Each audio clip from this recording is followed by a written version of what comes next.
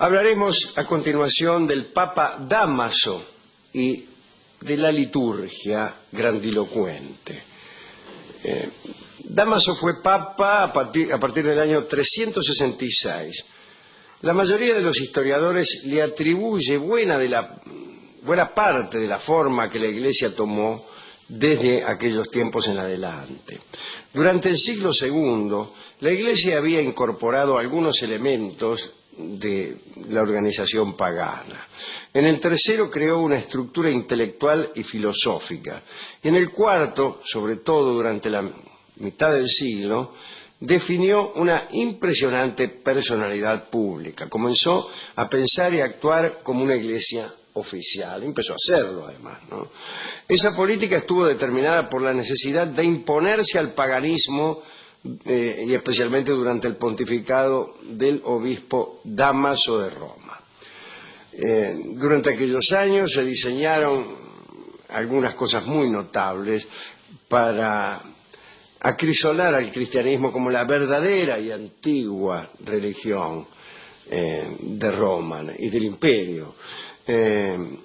Por eso Dámaso instituyó una gran ceremonia, una ceremonia anual, ¿en honor de quién? En honor de Pedro y Pablo, para destacar la idea de que el cristianismo era antiguo y de que había mantenido su asociación con Roma y con los triunfos del imperio durante más de 3 siglos. Esto no es cierto, no era cierto, pero a Dámaso le gustaba decir que siempre habían estado juntos Roma y el cristianismo.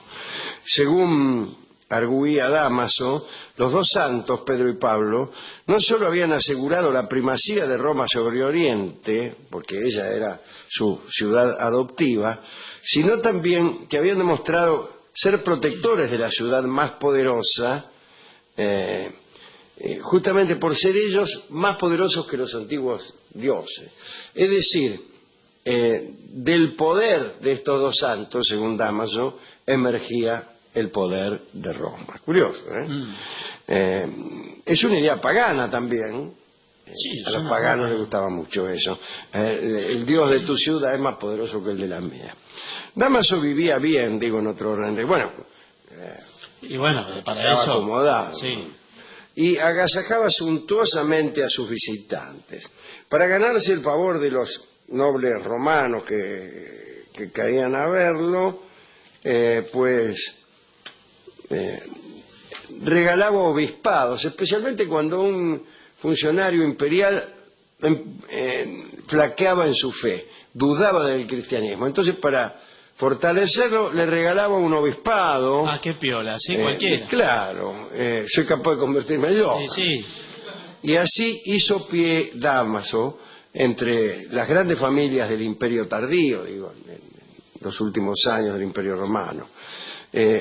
Y hacía pie con obsequios y también con sobornos. En el año 378, Dámaso celebró un sínodo en la que llamó Sublime y Sagrada Sede Apostólica. Fue la primera vez que se usó esa frase y quedó claro que todos los obispos occidentales debían someterse a Roma. Según parece, Dámaso fue un hombre desprovisto por completo de espiritualidad. Era ordinario como papel de cohete. Para ilustrar esta falencia, sus enemigos decían que se pasaba pellizcando las orejas de las damas. Y bueno, decían también que difundió falsificaciones para realzar la importancia histórica del cristianismo. Así apareció, por ejemplo, una correspondencia notable entre San Pablo y Séneca, que efectivamente eran contemporáneos, pero jamás habían cruzado una palabra. Menos aún Séneca había reconocido las virtudes del cristianismo, tal como figuraba en esa carta. ¿Qué hace de San Pablo? La verdad que el cristianismo está bastante bien. Y eran todos inventos de Dámaso. Dicen los cronistas que la mundanidad de los tiempos de Dámaso se reflejó en el atuendo episcopal. Los obispos se vestían como nobles adinerados del imperio. Algunos clérigos destacados detestaban eso. Gregorio Nacianceno, que fue criticado al revés por su demasiada austeridad, escribió, leo a Gregorio: No sabía que debíamos cabalgar en hermosos caballos o viajar en magníficos carruajes precedidos por procesiones. Perdonad mi error, decía con ironía, sí. realmente, ¿no? Guiñando uno. Desde fines del siglo IV se observó una espectacular explosión cromática en las vestimentas. Se cayó una señora en el... Y en las colgaduras, las cosas que tenían colgadas. Creció el empleo de vasos de oro, de piletas de mármol para los bautismos y como soporte del agua bendita también. Aparecieron velas y empezaron a aromatizar el incienso. Desde los tiempos de Constantino, las basílicas cristianas, que inicialmente eran casas privadas, empezaron a construirse a escala más amplia. Dámaso desarrolló el clásico tipo romano tardío que podía albergar a miles de personas y revistió los interiores con oro y mosaicos coloreados. Empleó a los principales arquitectos y escultores e inició una tradición de patronazgo papal que duraría más de un milenio. Dámaso hizo todavía más. Le garpó a calígrafos profesionales encargándoles que produjeran lujosas copias de las escrituras y creasen almanaques eclesiásticos con tablas de Pascua, listas episcopales y otras cosas por el estilo que me imagino yo regalarían en las tintorerías.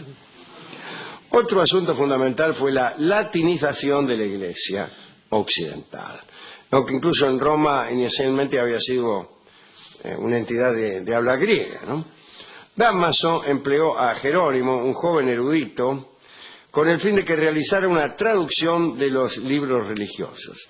Y el resultado, que es el que se conoce todavía hoy como la Vulgata, fue la obra estándar, ¿no? Hasta los tiempos de la Reforma. Pero Dámaso también organizó y latinizó la misa, que hasta su tiempo se había rezado en griego. Bueno, fue Dámaso el que la hizo rezar en latín. La estructura fundamental de la misa ya existía a mediados del siglo II. Consistía en lecturas de las memorias de los apóstoles, un sermón, fragmentos del Antiguo Testamento, una plegaria seguida por el beso de la paz y la distribución del Marroco y el agua bendita. Bueno, Dámaso transformó esta ceremonia, que era sencilla, en otra mucho más extensa y formal, que incluía un elemento de grandiosidad, ¿no? Ahí están los extractos de las escrituras, que eran más extensos, que fueron establecidos con gran prolijidad, se insertaron plegarias con intervalos fijos. De este modo, por ejemplo, Occidente incorporó el Kyrie, el Sanctus, el Gloria y el Credo, la mayoría de los cuales fueron traducidos al latín. La liturgia fue más extensa, más impresionante, menos espontánea. Otra cosa que reguló el pontificado de Dámaso fue el de las procesiones. La frase hay que cuidar la vela porque es lunga la procesión proviene de la época de Dámaso. Data el propósito de todos los cristianos de realizar el viaje a Roma, la peregrinación a Roma. Dámaso fue el primero que abordó la catalogación oficial de los mártires de las catacumbas. Empezó a catalogar mártires. Mártir número 1, fulano. Sí, número 2. Y ordenó también a quienes visitaban las catacumbas un recorrido preciso de los sitios sagrados a los que debía irse acercando por turno, ¿no? Digamos, para terminar, que Dámaso murió, literalmente, en el año 388. Se dijo que fue el primero en asumir todos los recursos del ingenio para hacer alabar de cualquier modo a Dios. En otros tiempos, bueno, ya aparecieron nuevos personajes que reformaron convenientemente la misma liturgia que había creado Dámaso y agregado, como ya hemos contado muchas veces, las bondades del canto, que todavía no habían aparecido, del baile, e incluso también de los artilugios técnicos. Mire usted, un marketing pontificio, sí. Sí, pero también como ha tenido hasta hoy, un marco artístico, un poco pomposo a veces, pero artístico al fin, ¿no? Después de todo, la pintura y la música... Sí, el Museo del Vaticano es una maravilla. Bueno, todo eso, toda esa belleza que se ha creado proviene evidentemente de una liturgia que la albergaba sin rechazarla por valiosa. No veía o no atendía a los reclamos de algunos que decían, bueno, pero este cuadro es demasiado grande, es demasiado lujoso, demasiado caro. No, está bien. Nada es mucho para esto. ¿A quién podemos dedicar esta recordación del Papa Dámaso? La verdad es que cada vez que recordamos un Papa, elegimos a los peores. Sí, claro. Esa es la verdad, vamos a ser justo y admitir esto. Pero es porque evidentemente es más extravagante, tiene un si es no es de paradoja. Es más funcional. Más funcional, incluso si uno quiere ser cínico ahora, diciendo esto que voy a decir, parece uno un hombre más actualizado y más acorde a los tiempos y se queja de los papas en general. De modo tal que aparecen en nuestra lista de papas tipos que van desde Alejandro VI hasta Julio, y papas que han sido incluso antipapas, otros crueles, otros muy mundanos, otros han sido guerreros, otros han ordenado cruzadas contra los mismos cristianos. Digo esto para decir que este Dámaso después de todo no era tan malo. Y su máximo pecado fue pellizcarle las orejas a las damas. Bueno, que lo perdonen 100 veces.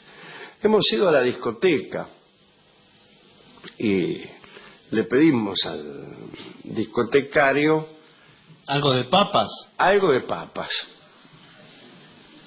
El tipo se puso a pensar y me dijo que en realidad el papas disolutos no había conseguido, no había conocido, pero sí que había un sacristán en la iglesia cerca de la casa de él, sí, que organizaba rifas fraudulentas en los kermeses del colegio. Dice que metía la uña cuando jugaba a la lotería, metía la bolsa y espiaba.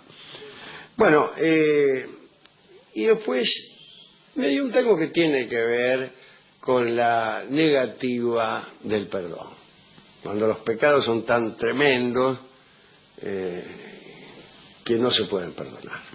Y el tango se llama precisamente No te perdono más, y lo vamos a escuchar en la versión del trío argentino, en esta versión cantando como solista Agustín Ilustra. Adelante entonces, No te perdono más.